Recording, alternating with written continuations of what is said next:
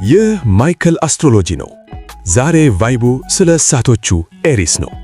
ስሙኝማ፣ ኤሪስ ማለት እኮ የተፈጥሮ ቦስ ነው። ተከታይ መሆን በፍጹም ውስጣዊ ፓወራቸው አይፈቅድላቸውም። ገዢ ኮከባቸው ማርስ እንደመሆኑ በሥራ ቦታ ላይ እሳት ናቸው። ውድድር ካለ እነሱ አሉ፣ ፍጥነት ካለ እነሱ አሉ። ሥራን በስሎ ሞሽን ሳይሆን በሃይ ስፒድ ነው የሚፈልጉት። አዳዲስ ፕሮጀክቶችን ለመጀመርማ ማንም አይችላቸውም። ድፍረት ካለ ኤሪስ አለ፣ ግንባር ቀደም ናቸው። አንድ ነገር ግን ልንገራችሁ፣ ሩቲን ወይም አሰልቺና ተደጋጋሚ ሥራ በተሰጧቸው ሙዳቸው ይወርዳል። መንፈሳቸውን ነው የምትገድሉት። እነሱ የሚፈልጉት ቻሌንጅ የሚበዛበት አይምሮአቸውን የሚፈታተንና ነፃነታቸውን የሚያገኙበት የሥራ መስክ ነው። ለዛ እኮ ነው ምርጥ ኢንተርፕሬነርስ፣ አለቆችና የለውጥ መሪዎች የሚሆኑት። ማንም አናቴ ላይ ይውጣ አይሉም። ግን አንድ የጨዋታው ሕግ ልንገራችሁ፣ ለኤሪስ የሥራ ስኬት ቁልፉ ትንሽ ትዕግስትን መለማመድ ላይ ነው።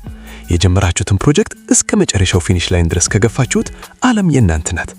እንደዚህ አይነት ጠቃሚና አዝናኛ አስትሮሎጂ መረጃዎችን ለማግኘት አሁኑኑ ማይክል አስትሮሎጂ ዩቲዩብ ቻናልን ሰብስክራይብ ያድርጉ። ሊንኩን ባዮ ላይ ታገኙታላችሁ። ቤተሰብ ይሁኑ።